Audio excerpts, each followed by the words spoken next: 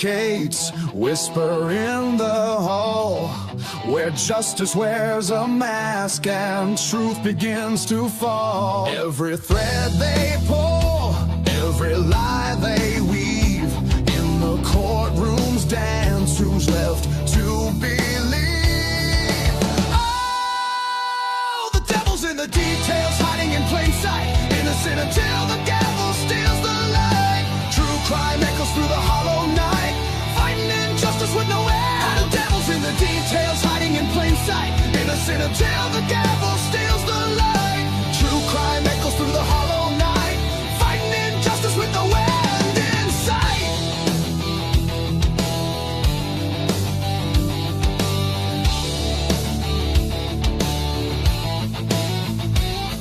A photograph fades where the truth once stood, blurred lines between the bad and the good.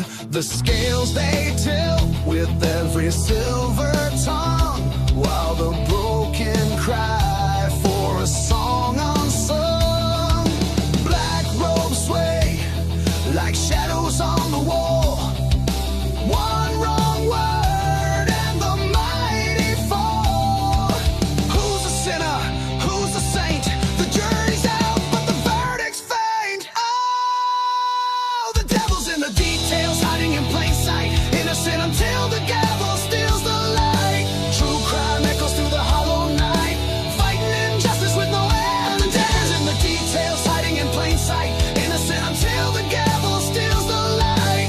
True crime echoes through the hollow night, fighting injustice with no end in sight.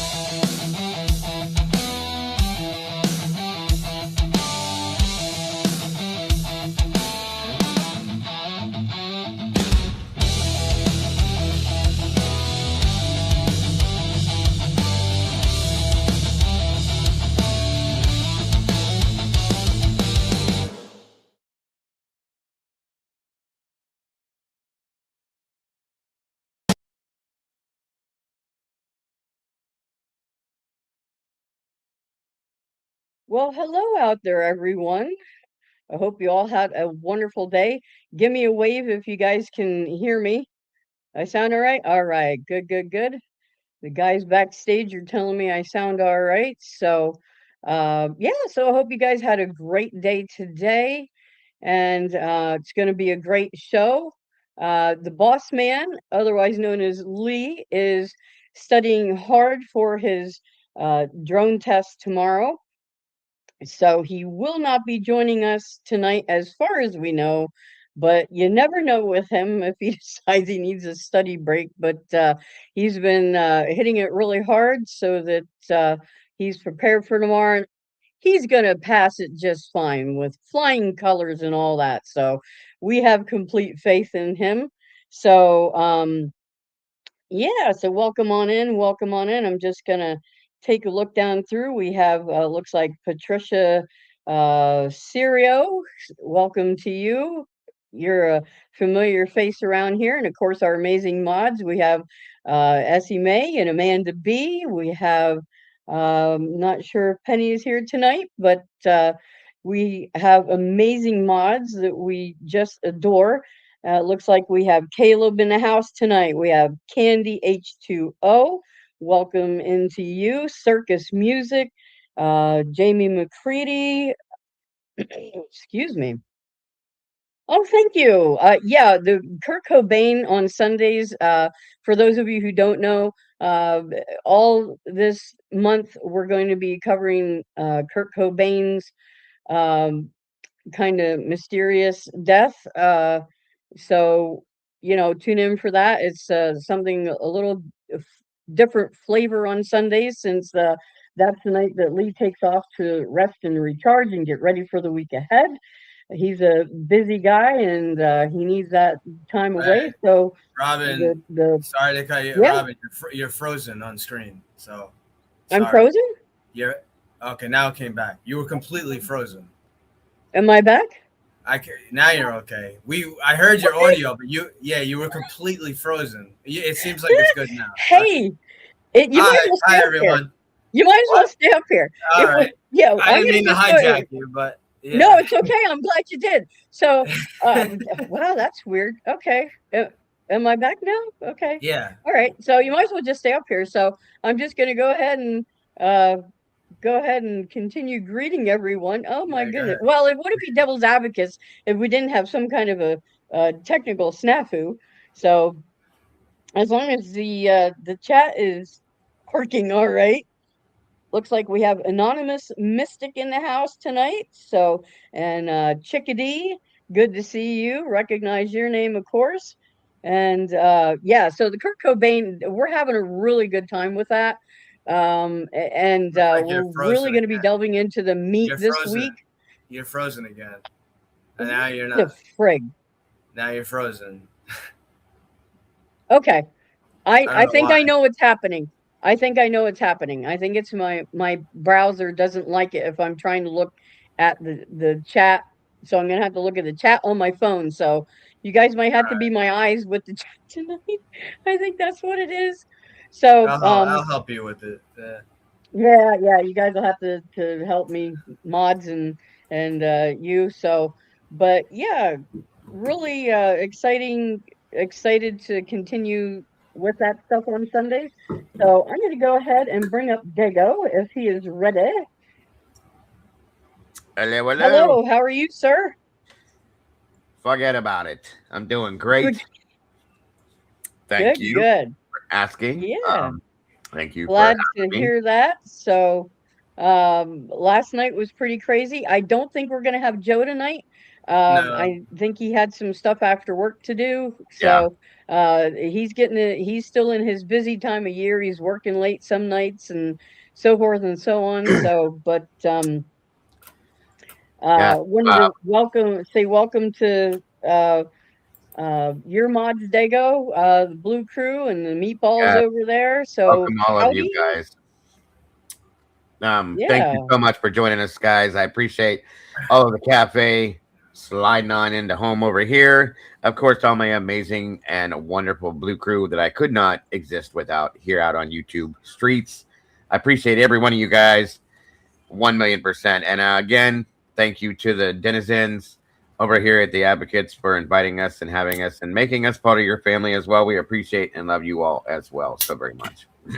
Yeah, right back at you. So, and 1-1, are you ready with Ready. your usual I'm opening ready. spiel?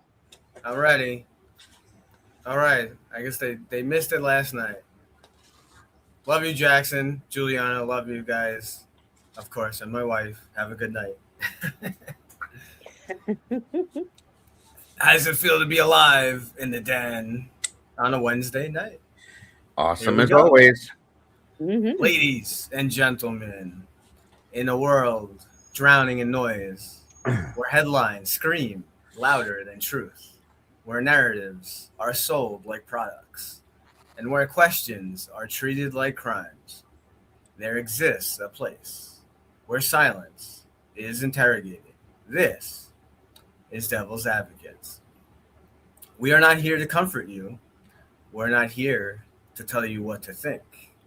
And we sure as hell are not here to follow the script. We're here to ask the questions no one else dares to ask, to challenge the stories that arrive pre-packaged, to examine the cracks in the official version, and to shine a light into the places we're told to ignore. Because history doesn't move forward on certainty, it moves forward on doubt.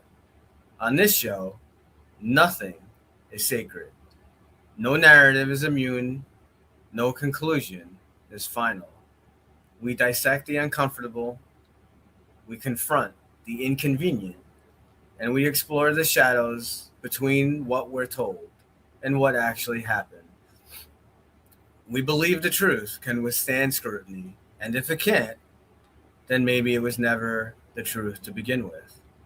This is not a courtroom. This is not a verdict. This is the cross examination of reality itself. Here, we argue both sides, not to confuse, but to reveal, not to inflame, but to understand. Because when everyone is shouting in unison, the most dangerous voice in the room is the one asking, what if we're wrong? So if you're looking for easy answers, this is not the show for you. But if you're willing to question the unquestionable, to sit with discomfort, to follow the evidence wherever it leads, welcome to the place where certainty goes to die and the truth is put on trial. Welcome to Devil's Advocates. And with that, live from New York, it's Wednesday night. All right. Woohoo! Real quick, before we jump in, I saw some messages earlier on. I know we're having a little technical difficulty. So someone put out a message. Robin will embellish on it after I make my comment. So I don't know what's going on in other channels or other crime channels. We will not tolerate nonsense here. We will not tolerate making fun of other creators. It doesn't matter who it is. You know, whatever. Lana, Pav, Jules, Birdie, who there's a million other people, okay? If there's certain people, if there's someone you don't like or a video that you don't care for, it's very simple. Then don't watch them. That's it. Why would you want to go in someone's chat and just kind of bitch and moan or whatever? Then don't stay there. Go to, there's enough of us. I could tell you, I have no problem on here. I've said it firsthand on here. I don't necessarily agree with every little, none of us are always going to agree with everything that everyone says. I don't agree with a bunch of stuff that Pav has shown. He does do a lot of research. I respect what he does. I don't believe in all the theories that he has, but I'm not going to come on here and call him an idiot and call him moron. That absolutely not. These people put a lot of time, effort, and research, including Lana, including a lot of people. So, if you don't like Jules, you don't like this person, you don't like that person, that's all I could tell you. Don't watch them then, But we don't put up with it. We will not put up with that. We don't do it in the cafe either. We never have. So no. So don't. We welcome everyone. We welcome everyone.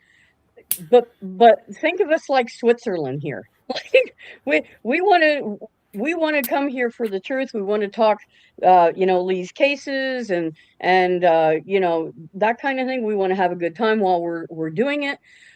So we don't want to be talking about other drama, whatever's going on in other channels.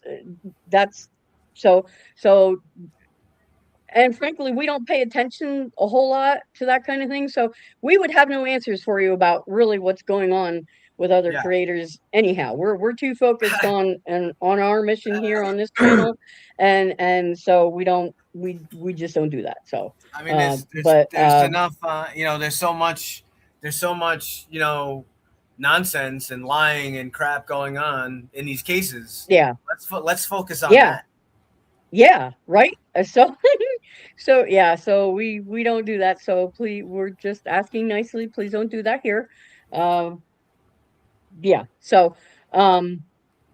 anyway, but while you are here, please like the video, share it out, sub to the channel. There's all kinds of good stuff coming our way. Please make sure you go over to the True Crime Cafe and sub to Dago's channel. Like his videos. I mean, he's got such amazing content. So I mean, there's all kinds of stuff for you guys to enjoy. And stuff coming up that you're not going to want to miss. I mean, one of the reasons DA is taking this commercial drone pilot test is so that when he goes boots on the ground in the next month or so here, various places, he's going to be able to take some amazing drone footage. I know one place when he's planning on going to Delphi. So he wants to take some footage out on the bridge if possible. Not out on the bridge because you can't get on the bridge anymore, but out in that area, as long as he's going to research and make sure it's okay to do it. But so You can go out on it's going to the be really platform. cool. Yeah. And I may be joining him. My wife and I may be joining him. Oh, I'm so excited! That's going to be. I hope you guys can. I hope you guys can work it out, and you know that's going to be amazing, Dago. Oh man, so yeah. Yes, crossing our it's fingers very for close that to to where I happen. live. I can literally get in my car and be there within a few hours. So Yeah, I don't know that's that Lee guy's a little crazy. I thought he was getting a drone license so he could watch his neighbors. I don't know. could be. You never know. I mean, but you You can never walk out at the know. end of that platform they put that comes right onto the bridge, so you can stand there, and he could probably fly his drone right over top of that bridge and take a Right. lot of aerial pictures. That would be a great idea. So Yeah, yeah. So you know, it's definitely going to be worth it. And he said his studying was going well today. So, like I good. said, we have complete faith that he will pass with flying colors tomorrow for his test. So, Yeah, everyone send him positive energy, prayers, well wishes, and all that good stuff. So, but absolutely. he's a smart dude, so he'll be just fine. So, Everything that's in here, real yep. quick. I'm sorry, Robin. I don't mean to interrupt you. I just No, go ahead. on my side of things over here at the cafe, guys, I dropped the link for the Devil's Advocate in here. If you guys would please hit that link just for a matter of seconds and jump on over to that side of things. That way you can like it up over there. Subscribe if you have not yet done it. Hit the notification bell real quick, guys. Please and thank you. That's all I ask. I appreciate that so very much. And my apologies, Robin, for interrupting you. I'm sorry. Oh, no, it's okay. It's all right. I figured you had a little housekeeping. And regarding the notifications, make sure they're set to all when you guys do that, because YouTube does this every so often. There's been a rash again of them messing with settings. People aren't getting notifications, or they're only getting this or that notification. So make sure you set them to all for not only us, but all your channels that you watch. I know the creators all appreciate it. They So, did you an know, they update, know Rob. that. Yeah, I think they sorry. did an update, and a lot of people have been being unsubscribed from channels again. Yeah. Everything you just said. Yeah. So make sure, guys, if you choose to be subscribed to Devil's Advocate and or True Crime Cafe, just make sure you are. That's Yeah. what Robin's saying. And yeah, YouTube needs to get Yep. their act together, because they're Right? the professionals. We work for them, and they still can't get it right. So Yeah.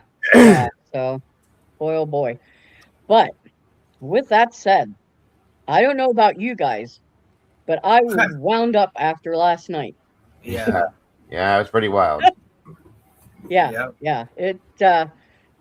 The footage, I don't know how many of you guys were here last night for, you know, Lee was showing footage that he had received from Pullman PD of the standoff with Brent Kopaka, Right. and it was some wild stuff. Dago was kind enough to, you know, put up some of the footage that he had from Lana over at Truth and Transparency. Shout out to her. She's amazing, as we all know. And, you know, they were syncing up their videos, because the stuff that Lee has is totally different than what Lana had from that time. And things just weren't matching up at all. Not even So, close. you know, what are a couple of the things that really super stood out to you, Dago? Well, they were when we lined everything up, they were identical in time. Lee even checked the time on his thing for the Zulu time stuff, and we had them lined up down to the second, and we played them. Completely two different videos, two different things going on. The stuff that you're hearing in Lee's videos we should be seeing in the video I had playing. None of it was there. Yeah. That's a problem. That's when we were all just kind of like, what is this fuckery? Because it was nothing but okay. And yeah, it's I'm gonna tell you this. I can't say I'm surprised. Right. But damn, really, like, enough is enough, guys. That's enough. And that's the biggest thing that stuck out to me, was that they are literally like where were we at? 3 a.m. Okay, Right. 3:00 and 23 seconds. to the second we lined him up. He's playing one thing, I'm playing another thing. There were two different separate things, guys. There's shit going on that you're hearing, but we're watching the video and you're not seeing none of that happen. It's crazy. No. So there's that. Yeah. That was what stuck out to me most. And I mean, I know there's time drift sometimes with body cams, but not like that. I like that. No way. And that you don't hear things at the same exact moment that you should be hearing, and you know, that kind of thing. I'd say What stuck out to you the most, one? I mean, what Dago was describing is super suspect, but the other thing is kind of alarming too that we spoke about last night was the video that Lee had, where it sounds like we're assuming we're assuming Kopaka is on the third floor and away, and we're watching this body camera and we're hearing these shots, and you hear the cartridge like hit the ground. It's like it sounds like the shot is like right there, is like right next to them. So that something's off with that too. I couldn't get past that. That was one of the biggest things that bothered. I think Robin and I both last night. Yeah, absolutely. Because it just doesn't make sense. Go ahead, Robin. No. I mean, he's a trained soldier. He's not going to, lean out a window in order for the bullet, when it expels from the chamber, to. I mean, you'd have if he had a rifle, because we're still not completely sure.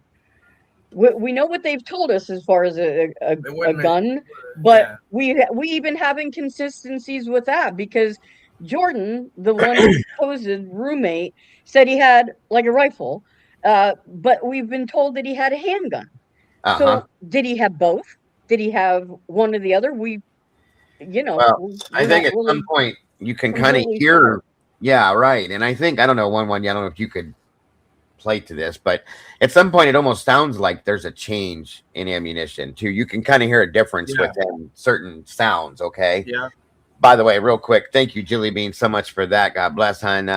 Heading towards our goal. That's amazing of you and very generous, and God bless, hon. But yeah, you can almost hear like a change. To me, it sounds like, because I own a few guns, it sounds to me like a handgun, but we're also standing right.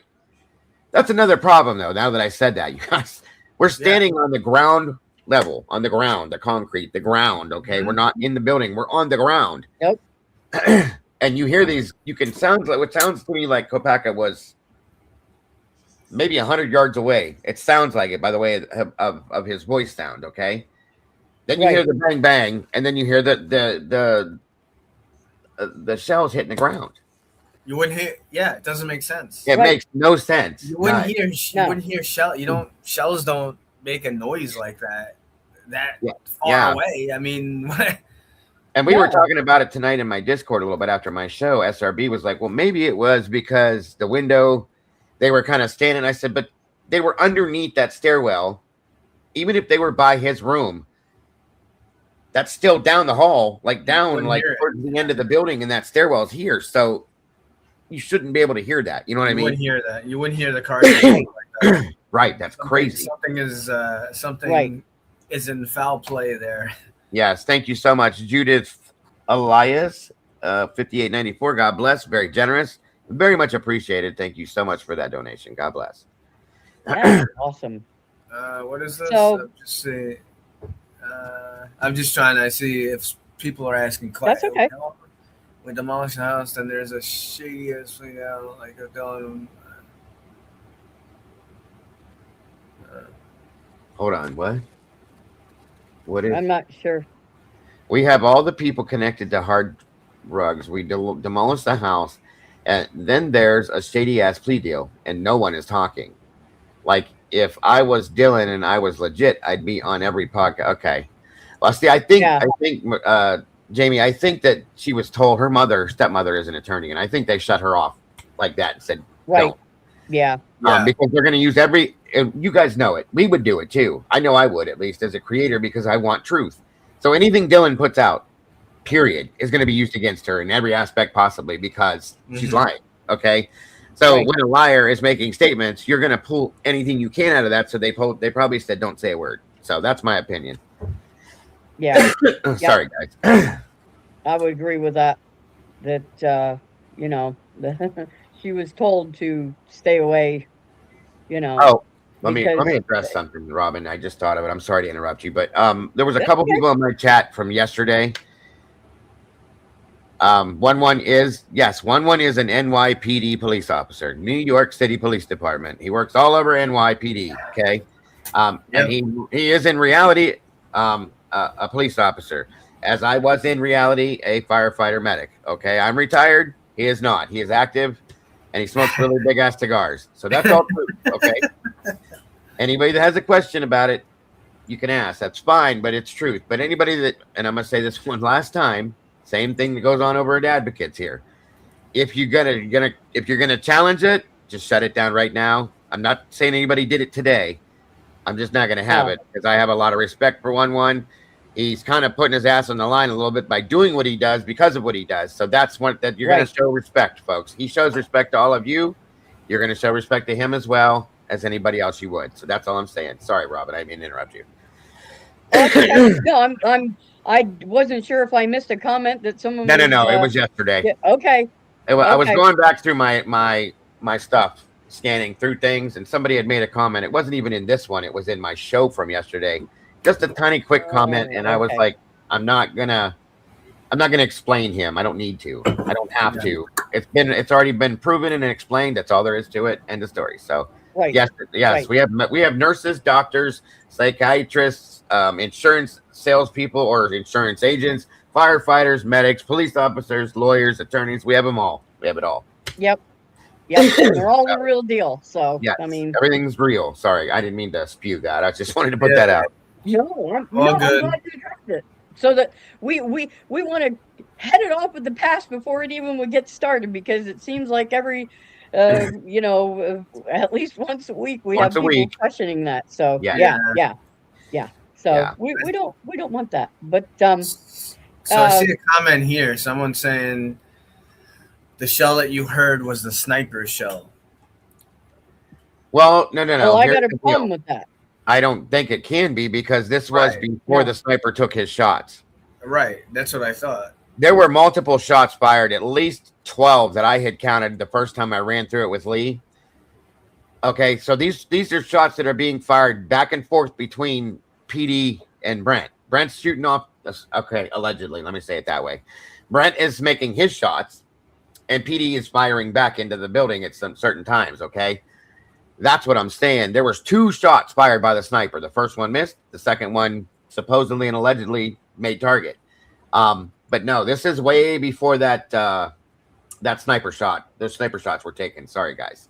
I don't really understand this comment at all, but I'll I let thought you. you thought BK was guilty. That I've never said that, Mark and Betty. But the second part of this, that's why you stopped covering it. And did you not do a 4-hour show today? I don't. I've been covering it for months. No, I've never ever said that I thought he was guilty. Yeah. Never. Okay. I'm actually on the opposite end of that. Yeah. Right. But it really can't be the sniper, because the sniper is going to be out at a faraway point from the building, right? Yeah, those shells would be laying by the road. Yes. Right. So you're not going to hear, because when I'm listening to it, it sounds like it's dropping right to my left, like right on concrete somewhere, or very close in the front.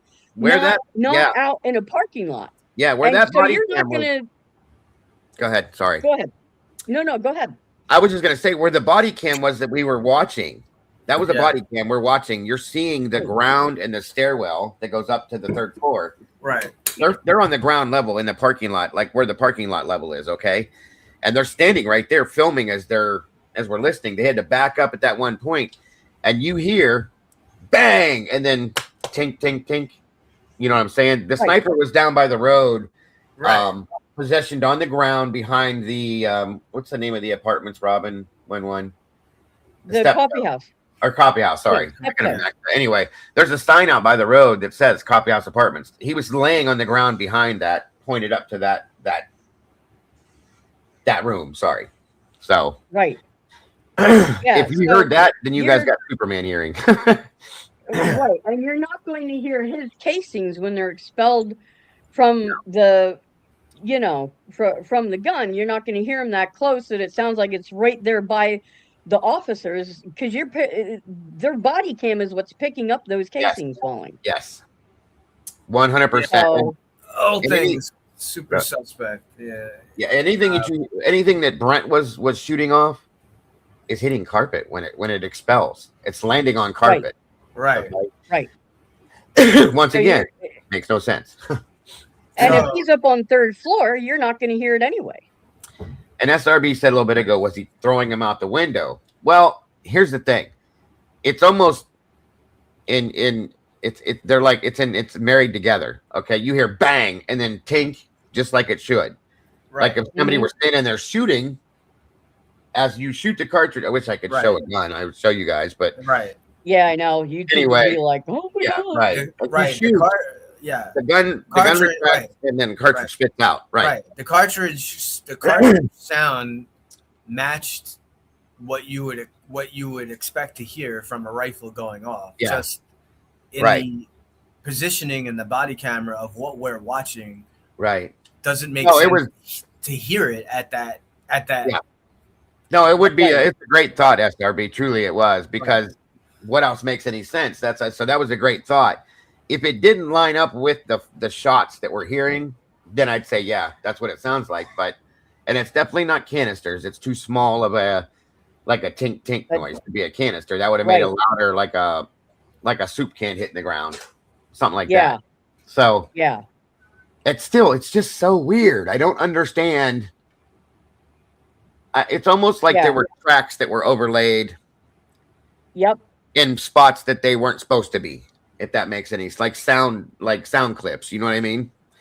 Right. You know, and then the other video that Lee retrieved from this too, which kind of it also is awkward. And Dago, you commented on it before, is when whatever, I guess these SWAT guys, whoever it is that's saying, well, he may have been, Kopaka might have been, dead for 2 hours or whatever the actual statement was. To me, that's ridiculous. Here's my thought on that. When with what one just said, it almost sounds like there's protocol. One can attest to all of this as a PD officer. Okay, there's protocol in any situation that I know myself as a first responder standing by watching. He knows by being involved in situations. Okay, there's protocol in any hostage situation, standoff situation that has to be followed step by step by step to follow the rules. So you can't pull up on a scene if somebody is in midst of a standoff with you and take them out like that. You just don't do it. You call SWAT in, whatever you're doing. It's just not a pull up, shoot them, we're done. No, it doesn't work that way. You have to go through steps, negotiation process, all sorts of things. And then the very last tactic would be that final shot to take somebody out. Okay. So they were doing what they called negotiation process and protocol and de-escalation, but they never did any of it. None of it. Not one time did they do anything. No. It to me, and I think we all agree at this point, including Joe and Robin and Lee, they escalated the situation, not de-escalated. Sure they did. Oh yeah. Yeah, absolutely. Zero crisis management techniques used there. There's multiple different training and techniques that can be used in different situations, different jurisdictions, but there are some fundamental principles, and just go to, about people's behavior and psychological stuff, where that, Dago would come in with the EMS background. It's true, no, like two people may no two situations are going to be exactly the same, and that is true. No. But like he said, we have protocols, and I I I would love to, maybe we can. They probably wouldn't show it. It's an internal thing. I would love to see their manual on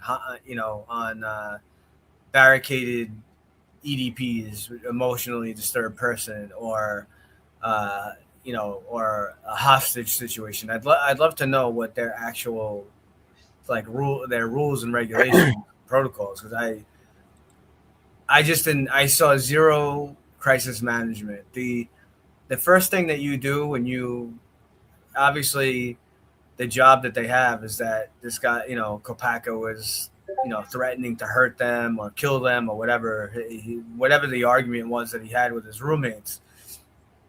Right. So obviously, they're now have this in their mind that this individual that has possible whatever, mental illness or sickness, or whether they're high on drugs or whatever the situation is, that they believe that they have to have now in their mind this person has a firearm, because you have a complainant on scene telling you that this person has a firearm. So now the job becomes heightened to another level, and Right. telling him to come to the door and that kind of stuff. That there's nothing really. There's where was Washington State Patrol? Why? No, I was telling Robin something else, but go ahead. Bud. Sorry. Why?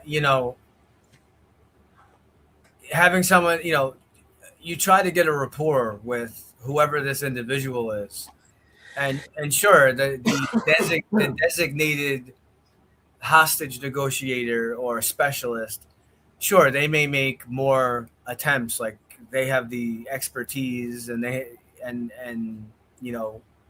should have probably more experience than other people involved in it. That's what they're specially trained in. And that's what also doesn't make sense, because I know from my training with crisis management and these situations, as we discussed previously on another show, I can't tell you how many times that you are on one of these scenes, and it doesn't have to be someone with a knife or a firearm. It could just be someone who needs, they're screaming or they're high on drugs or whatever, and they need to get, EMS they need to get some kind of treatment, or they need to be seen, probably go to the hospital. So we have to make some kind of contact with them. I can't tell you how many times that sometimes it's, it's not necessarily the first officer on scene or the specialist. It could be, you could have a brand new officer right out of the academy that somehow, for whatever reason, they're able to connect with this person, and Right. That's where, like, these kind of jobs, these kind of situations, you can't have, your ego has to go in the garbage can, and that does cause a problem in sometimes some situations. Hopefully there's a more experienced officer on scene that can say, like, hey, this other, why don't you let this female officer, why don't you let this person talk to him? They seem to be able, he's responding to them, like, Right. Develop a rapport. And you also have the problem, Yeah. as we always say, sometimes in some of these situations we have, too many chiefs and not enough Indians. We use that term all the time. You get this guy, this chief is on scene. Oh, I want you to do this. Yeah, you should be doing this. You should be doing that. What about this? What about that?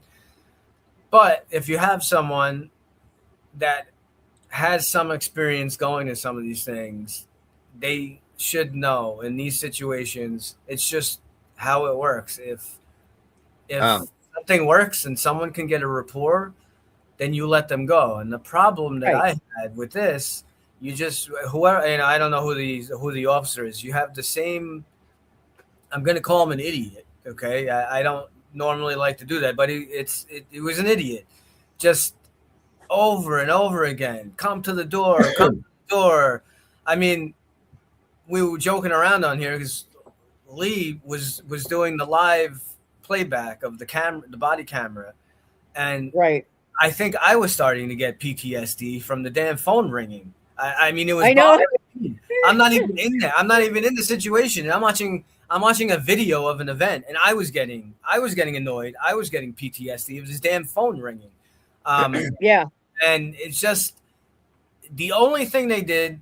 I don't know. I mean, I guess they kind of did it towards the beginning. The only thing they did that would be part of some kind of crisis management would be trying to get in contact with like his friend or his best friend or whatever, which I believe they did, but I don't think they even used the correct info.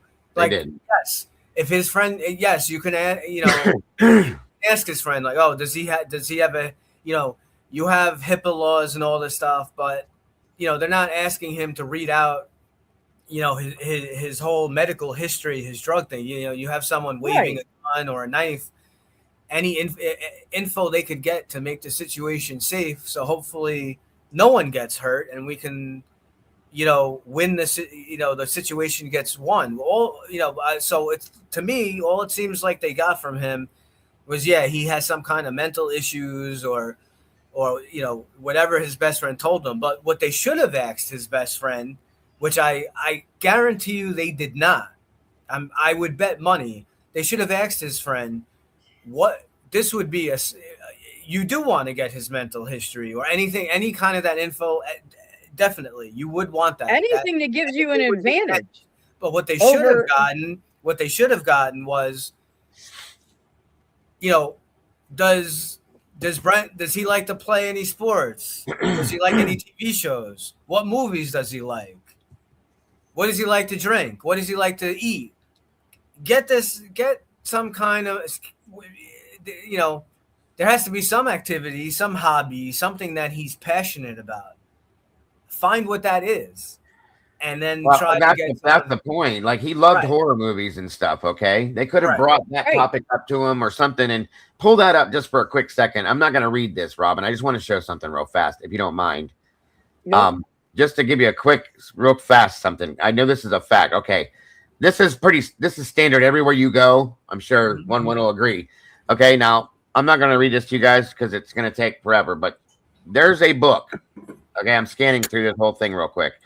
This thing's about this thick. It's an SOP, standard operating procedure for just about everything within law enforcement, EMS, fire, and all that. Okay, there is one of these in every police department in America, and then some, even overseas. Okay, Yeah. so they will refer to this. A lot of them, like most SWAT teams, have this stuff memorized. They do this daily and so on and so forth. But if they don't, they go to this book and they follow step by step by step, just like 911 operators do on their CAD systems. Right. How to deal with this. SOP. Period. I'm telling you right now, they said they had 3 to 4 negotiators there that night. Once again, you guys, we were there listening to this. Yep. I'm calling bullshit. They had one person talking. They never switched him out, and he did nothing, just like 1-1 said. Nothing. And right. Answered the phone. he did the right. Go ahead, Robin. No, he just kept saying the same stuff over again and again, and it's like that is not doing the job. I mean, that is not de-escalating the situation. I mean, I'm not law enforcement or anything, but I know that much. I mean, I mean, I've dealt with mental health for a long time, and so there are techniques to be able to calm someone down, just on a person-to-person level, let alone in a situation like that. So and they committed the cardinal sin too. Whoever this SWAT guy is, I'm sure someone knows whatever his name is. He committed the cardinal sin. Yeah. When you go to these jobs, and especially in this situation where maybe early on they're just going by the info that the roommates have given. So they can't confirm. They don't know 100% necessarily that he has a gun or doesn't have a gun, but they should, they have reason to believe that he does.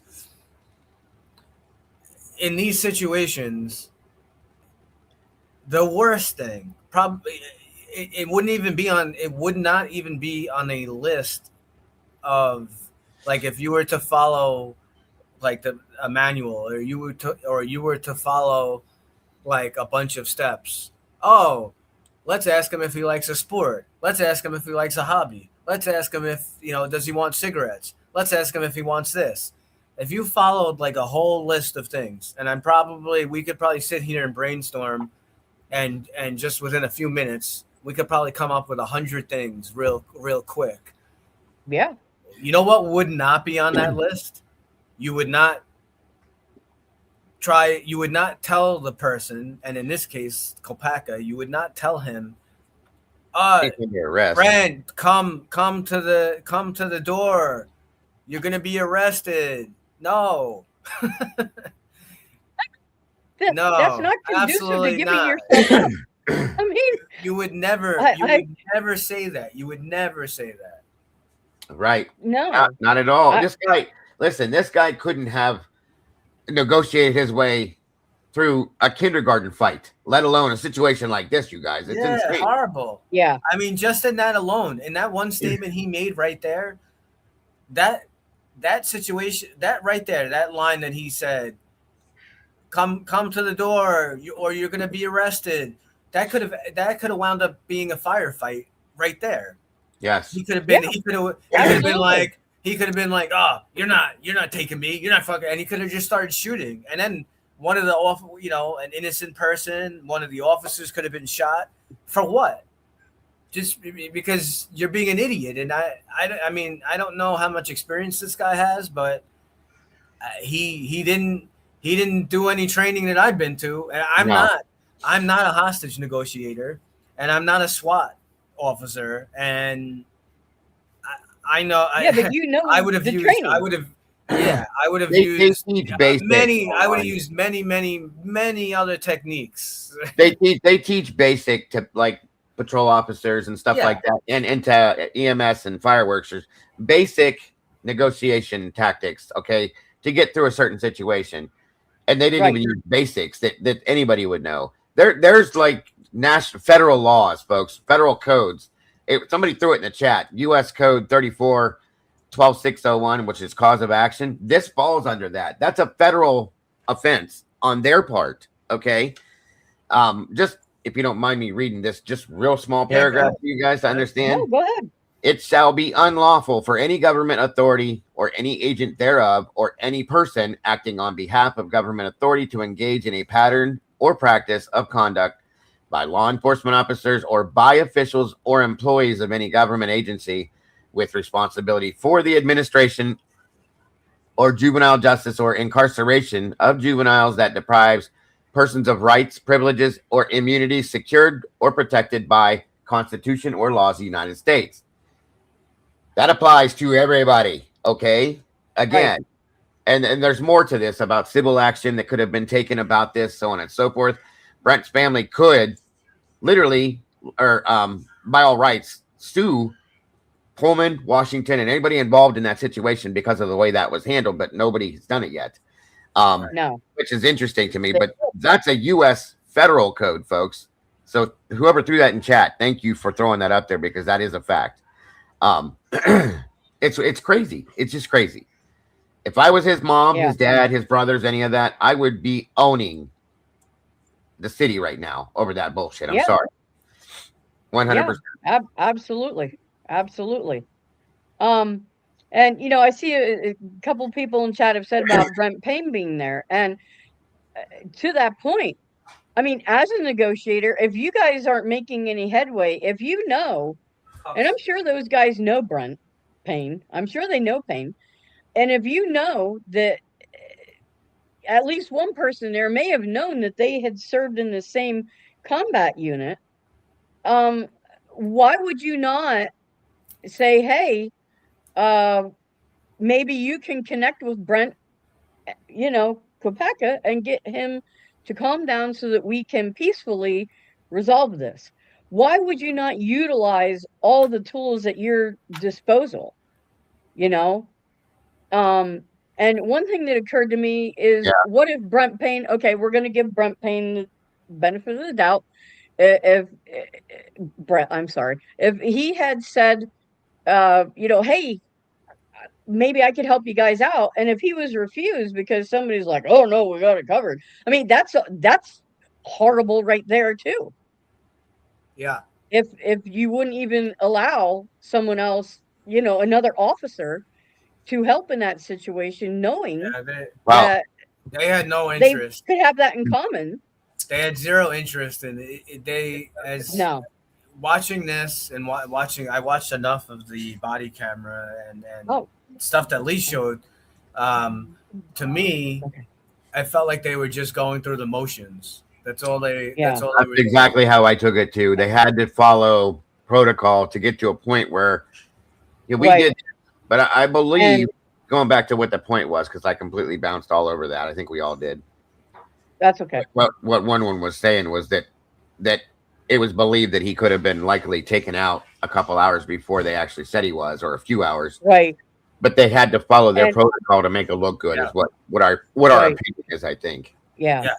And thank you to Miss Dewdrop for the gift. We really appreciate you, purchasing a membership for someone. So thank you so much for that. We really appreciate it.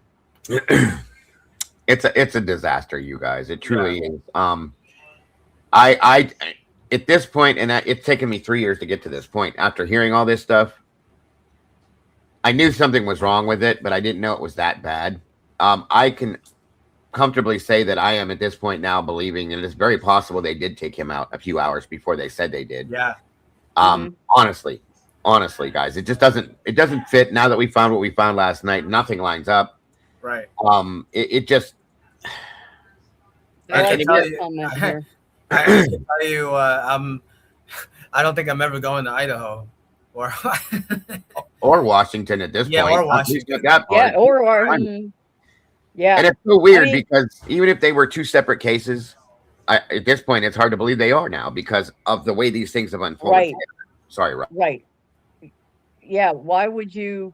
I mean, there has to be some connection. And why do you have, we've all talked about how, Judge, almost said Kopaka's name. I mean, so there's something. There's just something.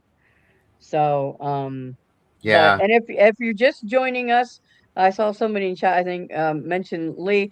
He is studying for his drone test tonight. So, but he will be back tomorrow night. So, but he is studying hard, folks. So, but And I wanted to throw one more piece of information that I can't get past either, you guys, with this.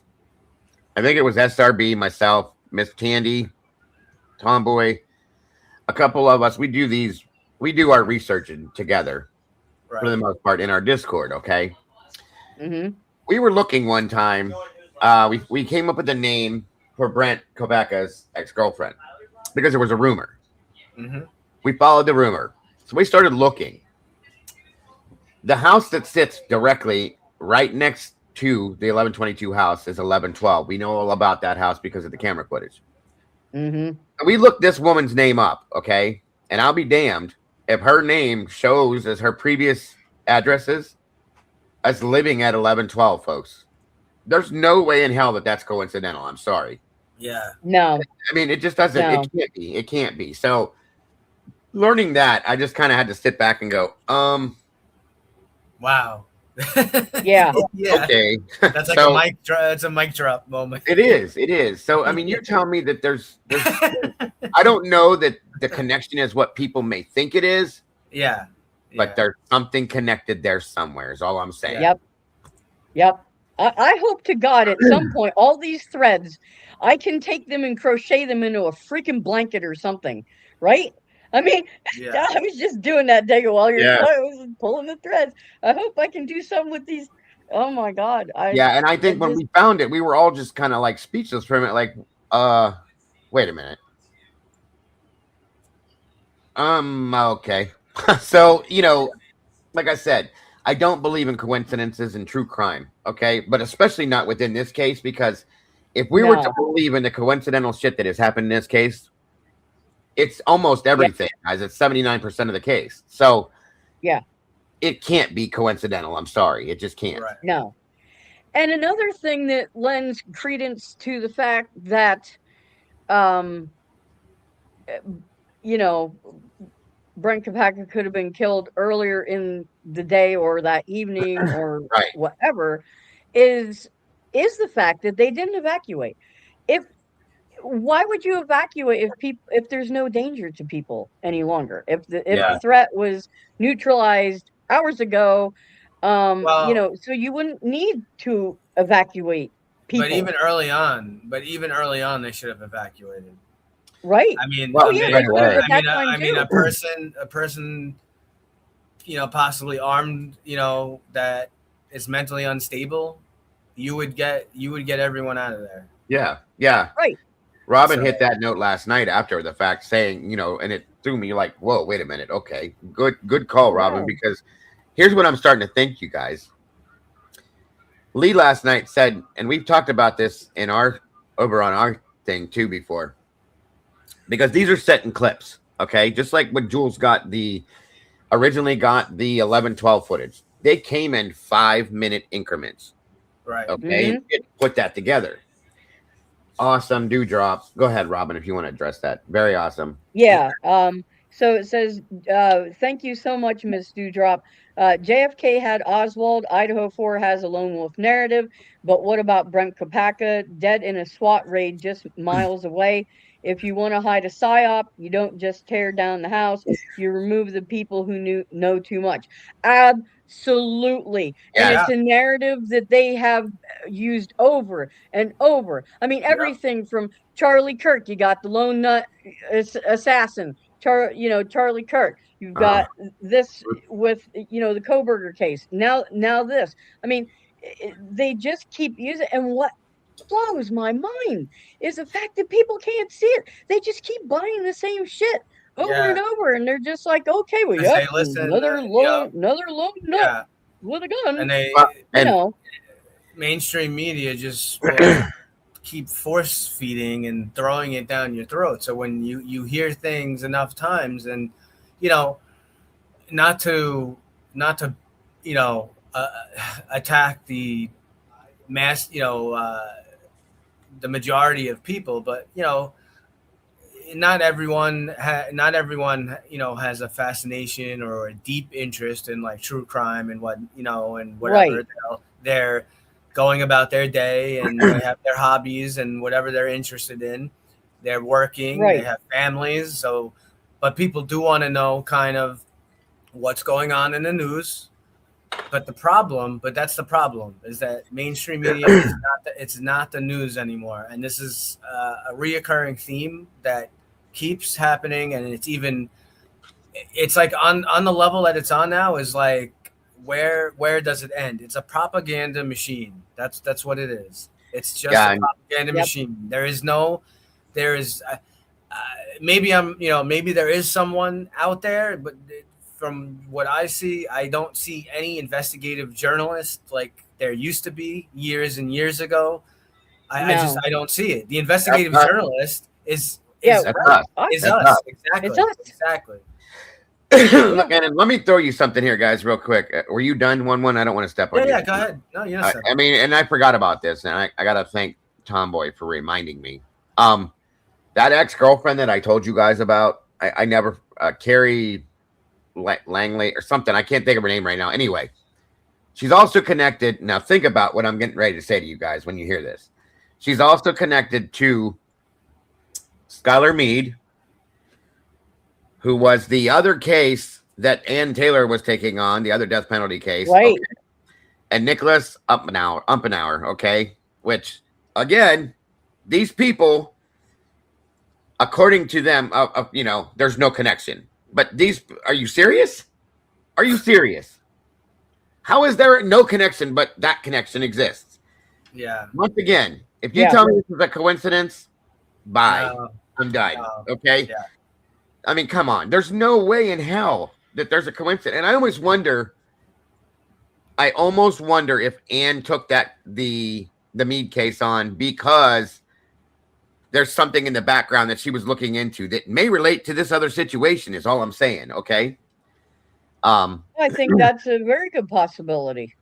Yeah, guys. So Yeah. for those connections to exist, it's like, come on now. Let's play real. Right. Yeah, absolutely. It's crazy. I wanted It is. to bring up. I've seen, like, not in the chat, but I've seen in a few channels and a few stuff, places I've been. A lot of people have questions about the cell phone stuff. I wanted to bring Yeah. something up real Yeah, quick. we all have questions about Not that. a long, That's for sure. not it's just another thread that we like to show, right? Another thread. So what I was gonna do, it's not long. I don't know if you guys have it available, but I was just gonna read a little paragraph from the PCA. So I know sometimes we get some new people in here, and why I want Yeah. to bring this up, I think this is an important point because It's great toilet paper. one of Yeah. one of the things that, like what we were just talking about, that mainstream media keeps, they keep throwing the crap at the wall. They keep throwing it out there. And two of the things I know offhand was that Kohlberger cleaned his car in his garage with bleach, right? For how long did we hear that? It was at least over a year, probably a year and a half. They're still saying it. All proven false. The other thing was that he was throwing garbage in his neighbor's garbage. Also, no, I'm not. Maybe he did, but there's no proof of it. There's nothing. There's no evidence, no proof of it. So They said no he proof did. of it. Right. Right. So they kept throwing that out there. So that was a big thing. And obviously, if you're throwing that out there night after night on all, different channels, different, these different mainstream media, I don't know what you want to call them because they're not investigative journalists, that's for sure. The other big thing that they so that's throwing it out there, and it's kind of like trying to make you believe, putting a narrative, controlling the narrative, right? Mm-hmm. So it seems everything's about controlling the narrative. So what was another big thing that they kept saying that, it was something that bothered me. So besides from the, what I know about responding to 911 jobs and some of the stuff I've been involved with. So besides from the 8, 9, 10-hour delay of calling 911, which is ridiculous, another thing that they kept throwing out there day after day was that Kohlberger turned his cell phone off. So because he turned his cell phone off, well, that was something that we talked about it a little bit in past shows, whatever. That was something that I couldn't really get past in my mind as well, thinking about it. Because what would be a reason to turn your cell phone off, right? Is because you wanna hide where you're going, you wanna hide your location.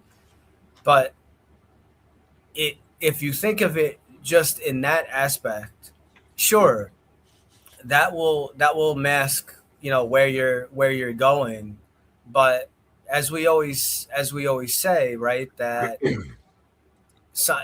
a lot of times with some of these cases and some, these things that we look at, it's not what you see, it's what you don't see, or it's not what you hear, it's what you don't hear. That alarm bell should be going off in your brain. So what am I talking about? What does that have to do with this? Well, what that has to do with this, you have to look at someone, at their behavior. So to me, a few things with this. Kohlberger's phone, so-called turning off, to me, it's not so much even the issue that the phone was turned off at whatever they what is it, 247, I believe. I mean, I'll read it in the PCA in a second. Um, the issue with it is, to me, is you have to look at his behavior over a period of time. Like, is this something that happened over a few months? Like, so he likes to go drive, and I haven't heard this. I haven't seen this anywhere. Apparently he likes to go driving around and he likes to look at the stars or stargazing, right? So Right.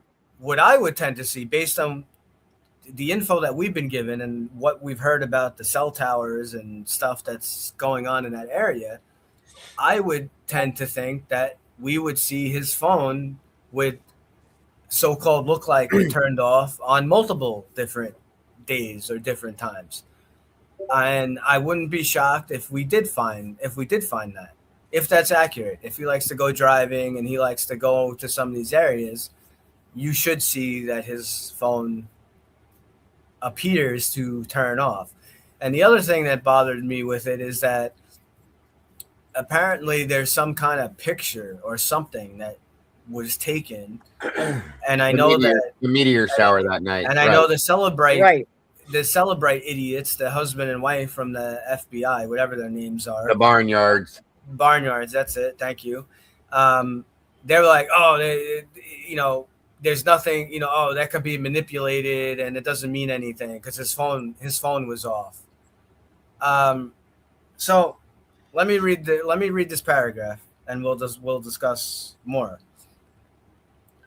On November 13th, 2022, at approximately 2:42 a.m., the 8458 phone, so I guess that's BK's phone, Yes, was utilizing cellular resources that provide coverage to 1630 Northeast Valley Road, apartment G201, Pullman, Washington, hereafter the Koberger residence. At approximately 2:47 a.m., the 8458 phone utilized cellular resources that provide coverage southeast of the Koberger residence, consistent with the 8458 phone leaving the Koberger residence and traveling south through Pullman, Washington. This is consistent with the movement of the white Elantra. At approximately 2:47 a.m., the 8458 phone stops reporting to the network. Now, listen to that. I'll say it again. At approximately 2:47 a.m., the 8458 phone stops reporting to the network, which is consistent with either the phone being in an area without cellular coverage, the connection to the network is disabled, such as putting the phone in airplane mode, or that the phone is turned off. or it dies. The 8458 phone does not report to the network again until approximately 4:48 a.m., at which time it utilized cellular resources that provide coverage to ID State Highway 95 south of Moscow, Idaho, near Blaine, Idaho, north of Genesee. Between 4:50 a.m. and 5:26 a.m., the phone utilizes cellular resources that are consistent with the 8458 phone traveling south on Idaho State Highway 95 to Genesee, Idaho, then traveling west towards Uniontown, Idaho, and then north back into Pullman, Washington. At approximately 5:30 a.m., the 8458 phone utilizing resources that provide coverage to Pullman, Washington, and consistent with the phone traveling back to the Koberger residence. The 8458 phone's movements are consistent with the movements of the white Elantra, which is observed traveling north on Stadium Drive at approximately 5:27 a.m. Based on review of the 8458 phone's estimated locations and travel, the 8458 phone's travel is consistent with that of the white Elantra. Further review indicated that the 8458 phone utilized cellular resources on November 13th, 2022 that are consistent with the 8458 phone leaving the area of the Koberger residence at approximately 9 a.m. and traveling to Moscow, Idaho. Specifically, the 8458 phone utilize cellular resources that would provide coverage to the King Road residents between 9:12 and 9:21 a.m.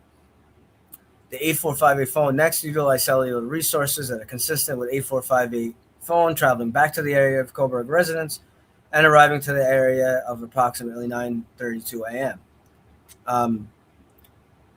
Wait, can I throw something into the middle of what you're saying? Yeah, go ahead. I'm almost done, but go ahead. What he just said, okay, where he was talking about the part with the phone, one of the reasons why he said this happens is it drops off the network.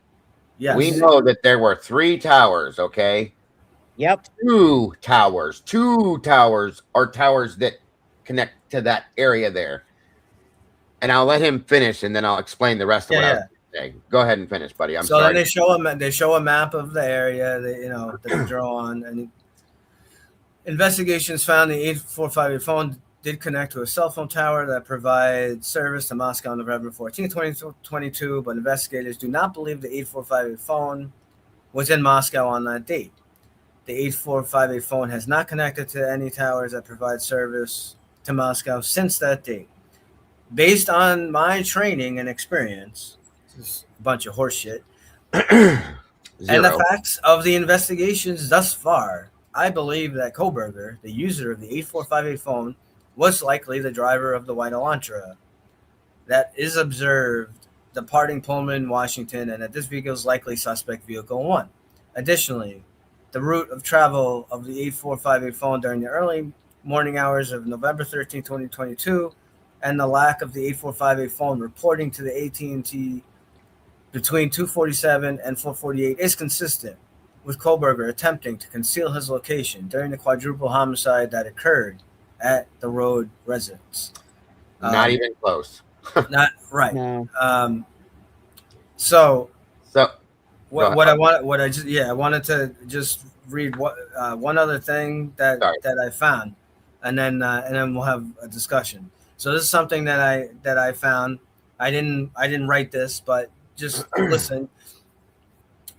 So it was people discussing about the phone and whatnot, and this person says, they're talking about phone data, okay? So they're talking about timing advance records. Timing advance data continues to be logged even if the phone reaches an area without network coverage and stops pinging towers. A phone that was truly powered off, however, would lack both timing advance and ping data. That's very important. Bingo. This might be the reason, and I believe it is the reason, the prosecution is withholding the timing advance records. Their case hinges on the fact that Brian's phone was turned off during the crucial time before and after the crimes. It's their explanation for him not showing up on towers in and around the Moscow area during those times. If the defense could have the timing advance records to show his phone was powered on and simply had no signal, it would prove he never went to Moscow that night since he was outside the Moscow Tower range at Wawa Park. Yeah, Wawa Park, where there's no coverage. It would also be important to have more accurate location data. One small deviation from the state's narrative where he was at what times would destroy their case in chief. There is no room for deviation with their proposed 4 a.m. to 4:25 time frame. Yeah. So let me throw something at you guys real quick, and I bet you this sticks to the damn wall. Where I live at right here is way out in the middle of BFE and then past it a little bit. So I'm way the F out here in the middle of nowhere, okay? So for instance, when I have my phone on me, which is always, and I'm driving through the city that is that way from me, I will show up. My phone will be on when you see it, when you're looking for it, okay? Trying to track it, okay?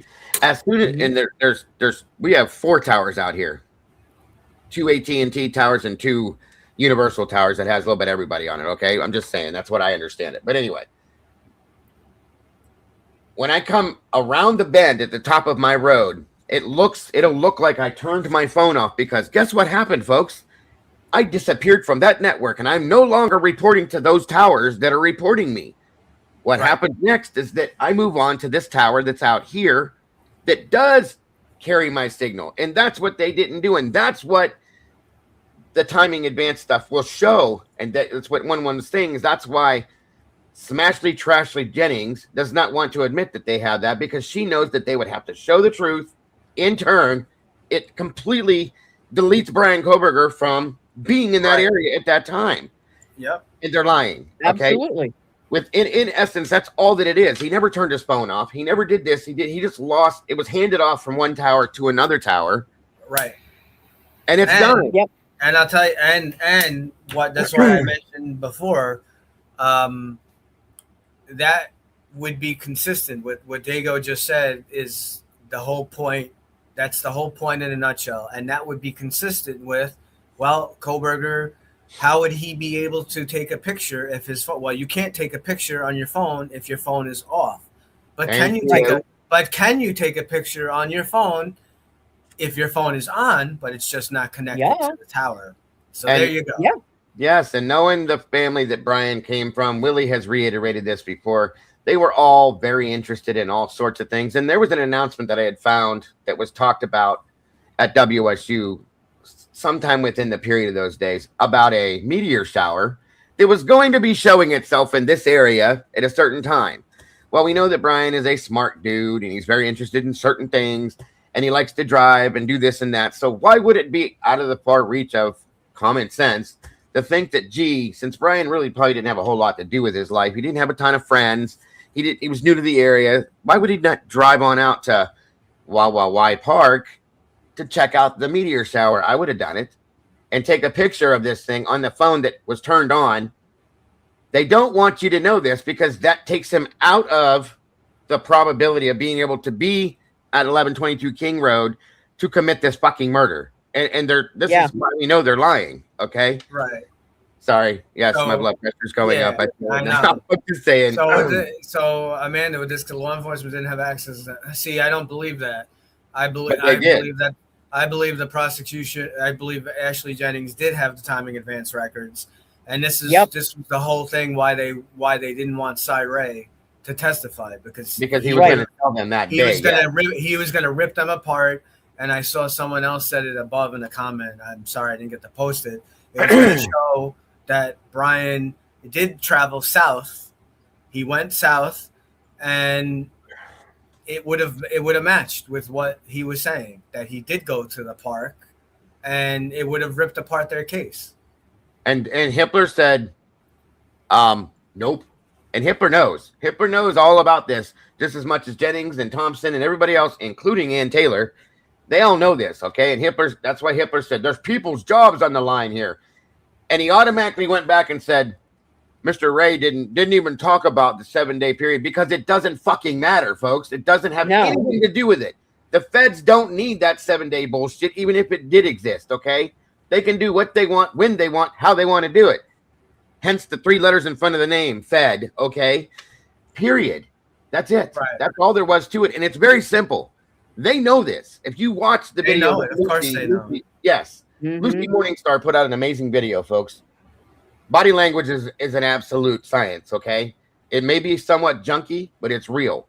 When they were talking about this, if you watch Lucy's, if we put Lucy's link in there, guys, I would appreciate it. If you watch her video, you can watch Ashley go into panic mode.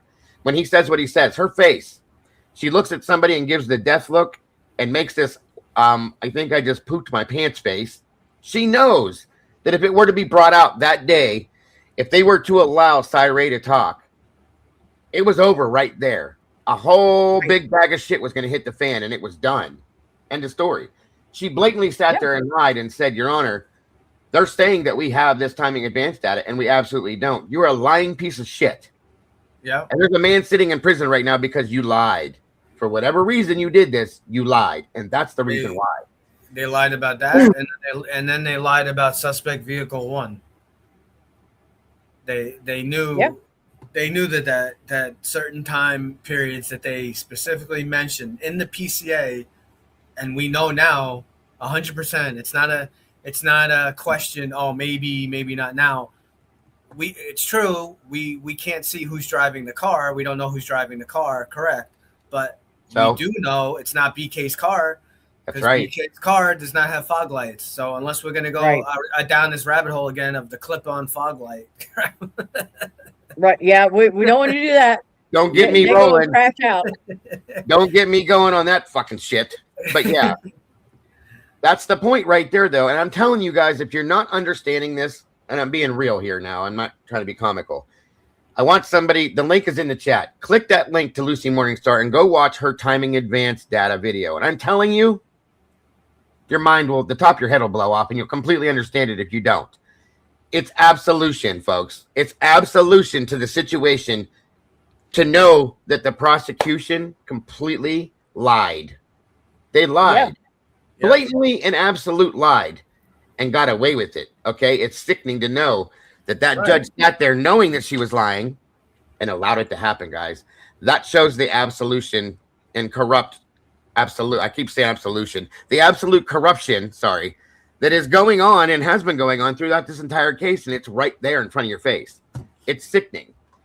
Right. So this comment, so we have proof. Could somebody prove? Well, I mean, that's what we're trying to do. That's where we're putting all these FOIA requests in. We're trying. We're That's we yeah. I mean, we do documents and appealing this and appealing that, and there's only so much we can do. We're trying. Right. And they truthfully and honestly, you guys got to understand, they don't give a shit what we think. They don't care what we say. No. Is it going to push them to look into it at some point? We all have our fingers crossed, our toes and our butt hairs all crossed right now, trying to hope and pray that this is going to be something that they're going to look into. That's why we're all pushing it. The point is they've obviously been doing stuff like this forever. Okay. Yeah. And now it's just been noticed because this wonderful little tool we have here, and we're calling it out. Are they going to? My biggest thing is that the Department of Justice would have to be the ones that would say, "Hey, what the fuck are you guys doing, and why?" Right. Okay. And that's a big point. What you just said. Huge. Remember, this case, they weren't expecting this case to go worldwide and national. No. And what's so aggravating, besides the fact that it doesn't, at least to me, I'm still gonna go by, there's a lot of more info that we don't know. I'm not gonna say 100% BK is completely innocent, that he wasn't there at all, that he had nothing to do with anything. Do I think that he committed the murders? No, I don't. Maybe he drove one of the cars, or somehow he was there at some point or something. Possibly. I don't believe that he killed anyone. The evidence just is not there. I mean, I don't know if you guys have ever been in a fight, or not even a fight, like just like if you've ever, you guys who have done yard work, think about like just being in your backyard and taking an axe or taking like something and just like hitting something over and over and over again. You're gonna get bruising. You're gonna have marks on you. And this was another thing that's super alarming to me. Koberger, now it's kind of funny because it had the opposite effect on me. Again, what's their name? Barn bums? Oh, they're called the Barnhards. I call them the Barn Bars. Barnyard. I'm going to call them barn bums.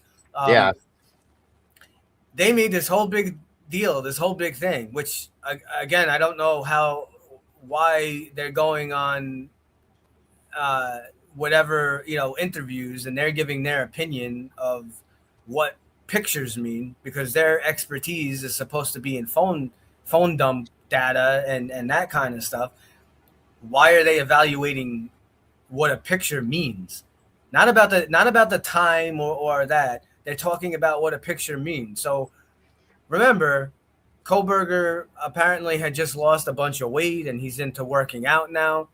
So he took a bunch of selfies. That doesn't mean that he committed. I know a lot of people that take selfies and do kind of stuff like that. And so what is alarming to me is opposite kind of what they said. They're showing all these pictures of him taking pictures of himself, right? Like you see his stomach, you see his arms, you see all of him. You know what I don't see? I don't see any bruising on him. You're gonna tell me Nope. that he was involved in stabbing by their narrative. He did this alone. He did stabbing and slashing 200, around 250, 200 times. Yeah, We know at that least. at least three, probably maybe all four of them, but at least three of them have defensive wounds. They're fighting back. This guy's Right. not going to have one little scratch on him. Not even a blemish. You got not even a blemish. Not even if you even have this in your mind. Even if you want to go by their narrative, he killed them all in their sleep. He killed them all. They were all sleeping. He killed them all. He still would have bruising. Even with that, he would still have some kind of bruising on the bottom of his fist. He would Right. have marks. And I don't and we know that they weren't all sleeping. That's a bunch of bullshit.